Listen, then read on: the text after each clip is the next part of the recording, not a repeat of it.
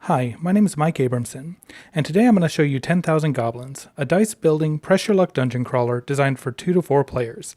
The basic premise of the game is that everybody at the table is an aspiring adventurer that wants to join the Adventurers Guild, but the Adventurers Guild said, hold on guys, we've only got one spot available, so you guys are going to have to go out and do a task that we've assigned to you to decide who's actually going to be worthy enough to join the Adventurers Guild. Whoever manages to complete all of the tasks and come back with the most treasure is the one who will get to join the Adventurers Guild. Gameplay starts out very, very simple. One player starts out as the dungeon crawler. That player has a single die that they start with in order to crawl the dungeon, and each player starts with this same die. This die has 2 zeros on it, 2 ones, a 2, and a 2 star. All of these will come into play a little bit later, but to start with, this die can roll 2 zeros, 2 ones, or 2 twos. Normally, the next player around would be the dungeon dealer, but at the moment, I'm going to show this by myself here. So the way the dungeon is dealt is it's simply shuffled up and then dealt out. So the first goblin comes into play is a goblin grunt. Let's take a closer look at this goblin grunt. The goblin grunt says he has 1 attack power, 1 defense, and on arrival, if there were 10 or more defeated goblins, we'd search for the goblin lieutenant, the boss of the dungeon, and put him into play, then shuffle the dungeon. Now this is important because in order to progress to the next dungeon, you have to defeat the goblin lieutenant. At least one person has to. So we have this 1 power, 1 defense goblin. We're going to roll our dice, and we rolled a 2.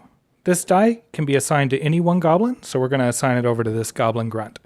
That means he's defeated and he goes in our defeated pile.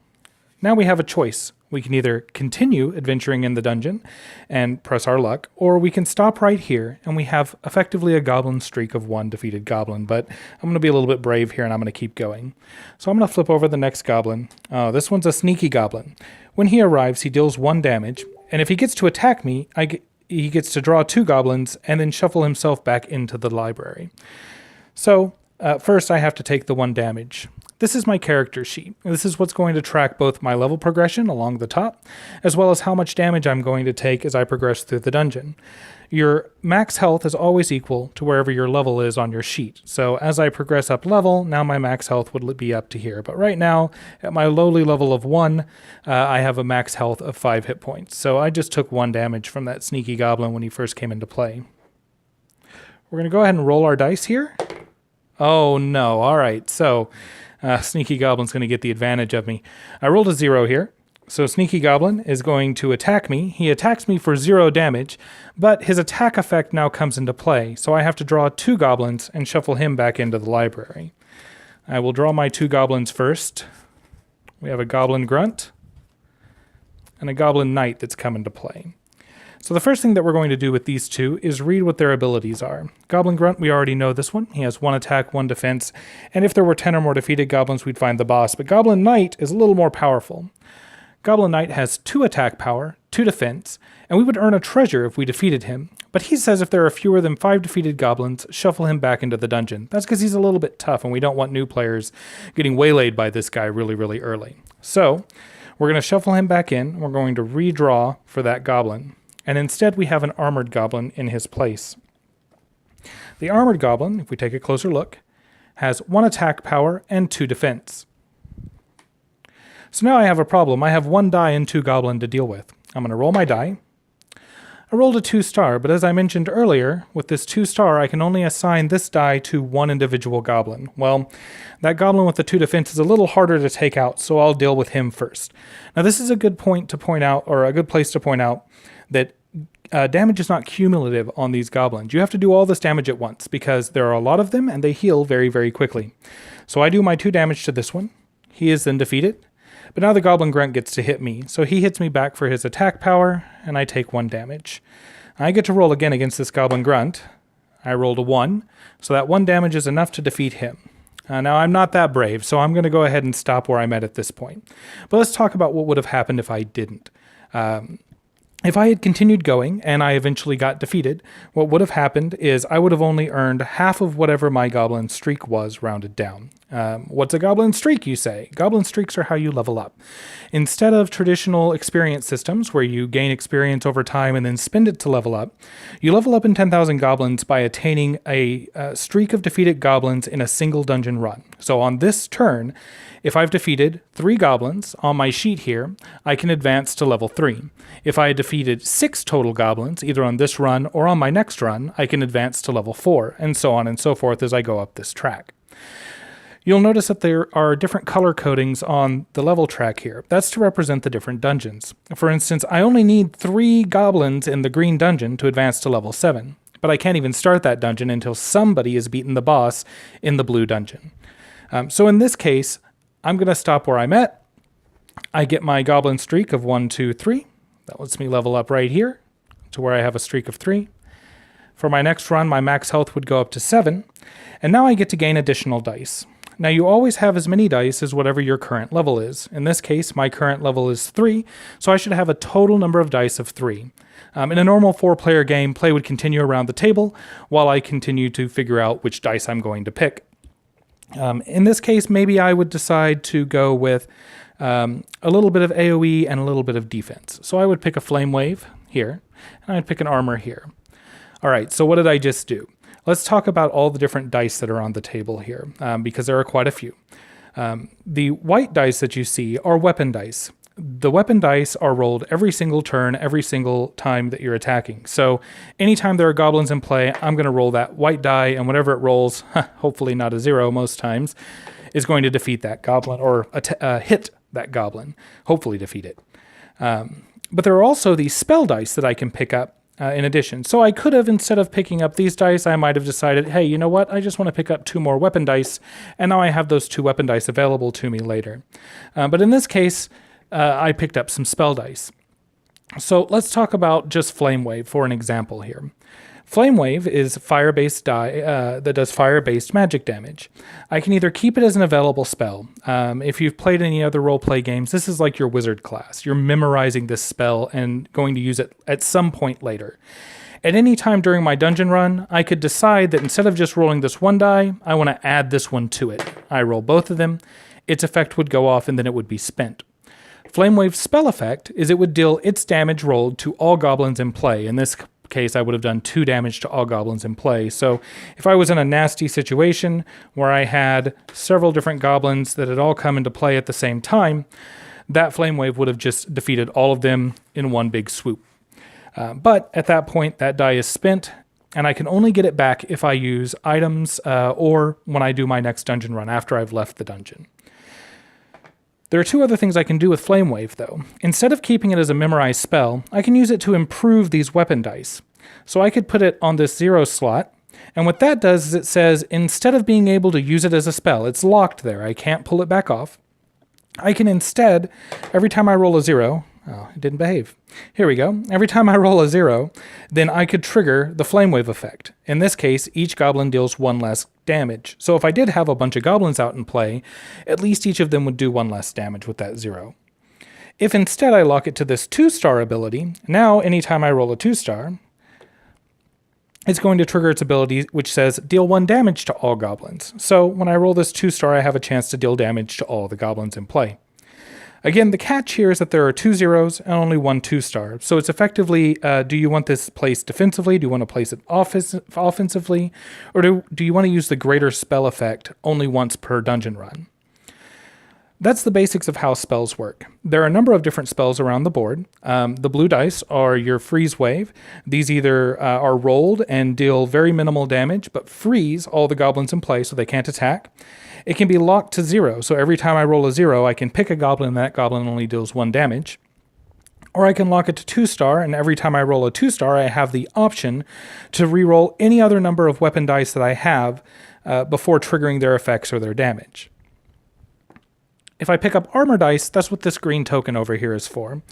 As a spell, if I rolled it, and I rolled a 5 in this case, then I get 5 armor. Now if I take damage, instead of losing health, I'm able to lose armor instead. And that works its way back down to 0, at which point I would start losing health as normal.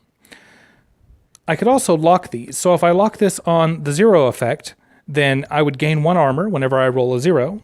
And if I lock it on my 2-star effect here, then I can, if I roll a 2-star, I still take damage that turn, but I also reflect any damage dealt to me back to my opponents. Lifesteal is, as you might expect, all about stealing life. So if I roll it, in this case, I could do 6 damage to one goblin and gain life up to its defense or 6, whichever was higher. Whichever was lower. That's if I have it as a spell. If I have it as a 0, every time I roll a 0 with one of these weapon dice, then I can gain 1 life. And if I have it on 2-star, every time I roll the 2-star, I could say I want to sacrifice as much life as I want to deal that much additional damage to this die's target. This is a good point to also mention that this 2-star does its 2 points of damage in addition to its special effect. So these 2-star effects can be pretty powerful, but the odds of getting them are somewhat lower. Lightning is guaranteed high damage if you roll it. It goes from 3 all the way to 11. So if we roll that, it would do 3 damage. This is a really good die to use if you want to make sure that you take something out. However, you can lock it to 0, and now, whenever you roll a 0, one of your weapon dice can instead deal 1 damage.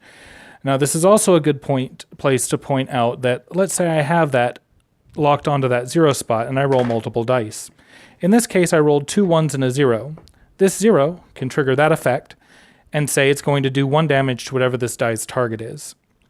If I had instead rolled 2 zeros, I can still only trigger that lightning effect once, because I only have 1 gem locked. However, if I had multiples locked, then I could trigger both of them with each of those dice. Or, let's say I had different effects here, I could trigger both of them that way.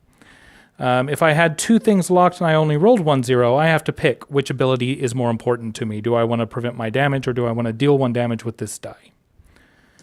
So let's continue talking about lightning. So lightning is either high damage to one target, or it deals 1 damage on one of your zeros, or on a 2-star, it deals 2 additional damage to that individual die's target, making it a very high damage single target ability. Now lastly, let's talk about Infuse Energy. Infuse Energy is a little bit different than the rest of them. If I were to have it over here, let's say I had a fire spell and I decided, you know what, I'm going to roll all of these dice together. I can roll all of these. I would assign out my weapon dice to targets as I would see fit. And then I can add this Infuse Energy roll to any other spell die that I rolled that turn. Now, only one other spell die, but any of them. So in this case, I was going to do 3 damage with my Flame Wave to everything, but I add 1 more damage, so I do 4 damage with Flame Wave to everything. And that's the basic ability of Infuse Energy. If I lock it to this 0 over here, now it gives me the ability to re-roll 1 other spell or weapon dice. So let's say I rolled all of these and I didn't like how one of these rolled. If I rolled a 0, I could use that ability, and then I could re-roll one of those dice, whether it was a spell or a weapon. It's up to me.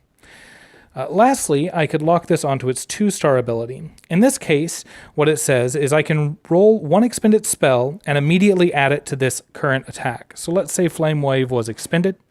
I roll all 3 of these dice. Oh, hey, look, I got a 2-star. So in this case, I could immediately grab this Flame Wave, roll it, and add it to my current attack. So now I'm doing my individual weapon die damage plus 1 damage to everything. So that's the basics of how the game is played. In order to advance through the game, again, you have to earn those goblin streaks. So for me to get from level 3 to level 4, I would have to defeat 6 total goblins in order to get to that next spot. And I would do that on my next turn.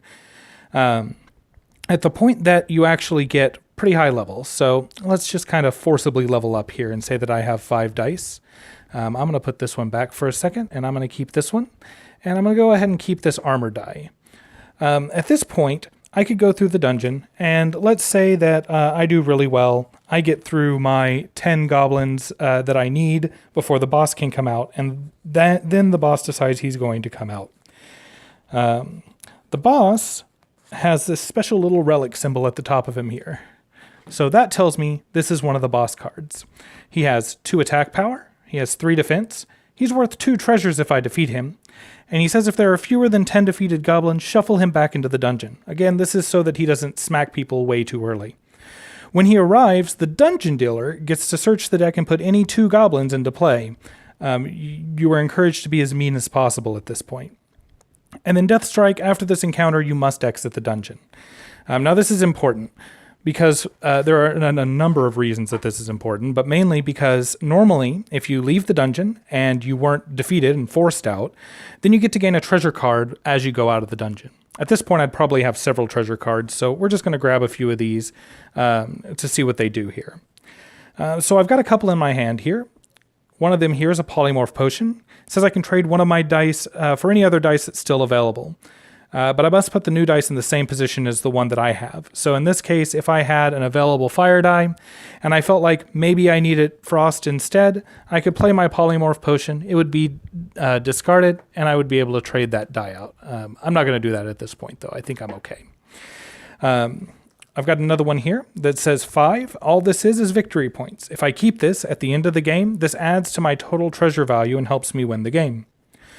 Otherwise, each individual card has its own treasure value, and these will be printed on the next run of the cards. But what the individual treasure values tell you is how likely is it that you should keep that individual card towards the end of the game, or should you try to use them earlier? And at the end of the game, you total up all of your treasure if multiple people have managed to beat the final boss.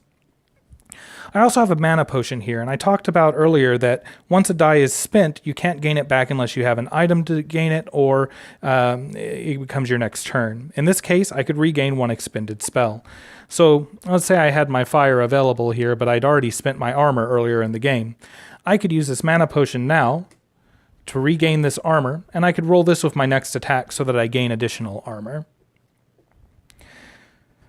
That's a few of the items. As you can see, there are several different items in the game besides the treasure item. There's Magic Dart, which deals 2 damage to one target, Healing Potion, which gives you 3 health back, and Smoke Bomb, which allows you to either exit the encounter after it's been revealed, or it would allow you to push a goblin back into the deck. So I'm gonna be pretty mean to myself here and go ahead and finish out this Goblin Lieutenant encounter here. Here's my boss. He's going to draw a Screaming Goblin. And let's go ahead and have him grab another Screaming Goblin here. What Screaming Goblin says is he only has 1 attack and 1 defense, but when he arrives, I draw 1 goblin, and if he gets to attack, he draws another goblin. This could get out of hand really, really quickly. So since they just arrived, I immediately have to draw another goblin. I got an Armored Goblin in this case, which is not going to be fun. Oh, and I got a Goblin Knight. That's going to be a really nasty encounter for me. But I'm here, I might as well see what I can do. I do have my fire die available, so I'm going to roll all of these dice and, not have a very good time. Well, actually, this worked out. I have 2 zeros, those don't do anything. I have a 2 star, which would have done 2 damage to something, but I got really lucky with my fire die, and it did 3 damage to all of the goblins in play, effectively wiping this board. So if this happened, then immediately I'm able to advance to the last position on this, whether or not I defeated 15 goblins total. I get to draw a total of 3 treasure cards because the Goblin Lieutenant gave me 2, and the Goblin Knight gave me 1. So in this case, I would go ahead and draw 3 treasure cards. And I got a couple of good ones here. Set those aside. All of the defeated goblins would go right back in, 2, 3, 4, are going to go right back into this deck over here, and they shuffle back up. And then play would pass as normal around to the next player because the Goblin Lieutenant does force you out of the dungeon. On my next turn, I could choose to instead go into the green dungeon and deal with the goblins there. I would show you what's in here, but hey, that's half the mystery, right? That's the basics of 10,000 goblins. The first player to get to the end of the game begins the end step, and when it gets back around to the player who started the game ends. At that point, whoever managed to beat the final boss gets to total up their treasure to figure out who earned enough treasure to join the Adventurers Guild. Gameplay takes anywhere from 20 minutes if you're going to go ahead and just play the first dungeon and stop right there, all the way up to about 90 minutes if you're going to play all 3 dungeons and go for a really epic dungeon crawl. And it is adjustable. So after you've played the game a few times, you may decide, you know what, everybody start at level 7 or level 6. And we're going to immediately go into the green dungeon to start our game off. And also you could say we're going to start all the way up at level 10 and immediately go into the red dungeon. So there are several different ways that you can tweak the game to give it just the experience you want. A lot of players will, for a kind of a short-ish game, but still a good challenge, start at level 0 here, or level 1, level 1 here, and then end the game when somebody beats the final boss in the green dungeon. So again, that's 10,000 goblins. Thank you so much for watching this video. Please let me know what you think about it. We will be at Board Game Bash this week, and we will be at Gen Con in just a few more weeks at the First Exposure Playtest Hall. So we hope to see you there. Thank you so much.